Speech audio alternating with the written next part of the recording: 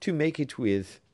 Well, well, Miss Phoebe, they'll miss me in the gardens hereabouts, and round by the back doors, and Pyncheon Street, I'm afraid, will hardly look the same without old Uncle Venner, who remembers it with a mowing field on one side, and the garden of the Seven Gables on the other. But either I must go to your country seat, or you must come to my farm. That's one of two things certain, and I leave you to choose which." "Oh, come with us, by all means, Uncle Venner," said Clifford, who had a remarkable enjoyment of the old man's mellow, quiet, and simple spirit. "I want you always to be within 5 minutes' saunter of my chair. You are the only philosopher I ever knew of whose wisdom has not a drop of bitter essence at the bottom." "Dear me!" cried Uncle Venner, beginning partly to realize what manner of man he was. "And yet folks used to set me down among the simple ones, in my younger days. But I suppose I am like a Roxbury russet, a great deal the better, the longer I can be kept. Yes, and my words of wisdom, that you and Phœbe tell me of, are like the golden dandelions, which never grow in the hot months, but may be seen glistening among the withered grass, and under the dry leaves, sometimes as late as December. And you are welcome, friends, to my mess of dandelions, if there were twice as many." A plain but handsome dark green barouche had now drawn up in front of the ruinous portal of the old mansion house.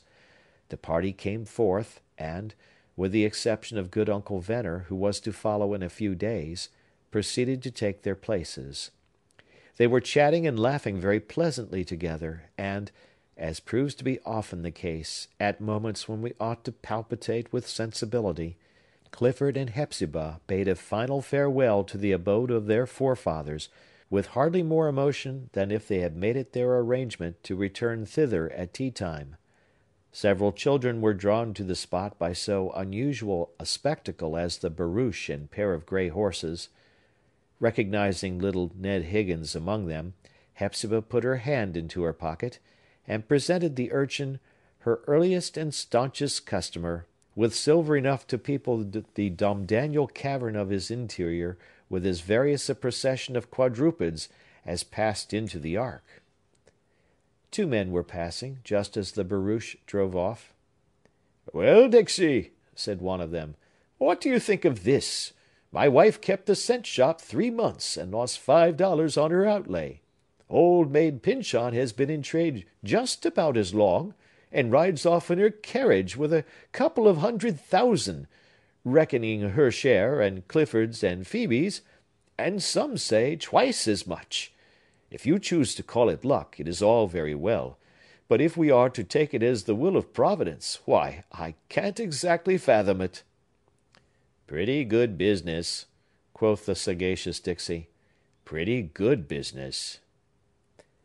Maule's Well, all this time, though left in solitude, was throwing up a succession of kaleidoscopic pictures, in which a gifted eye might have seen foreshadowed the coming fortunes of Hepzibah and Clifford, and the descendant of the legendary wizard, and the village maiden, over whom he had thrown love's web of sorcery.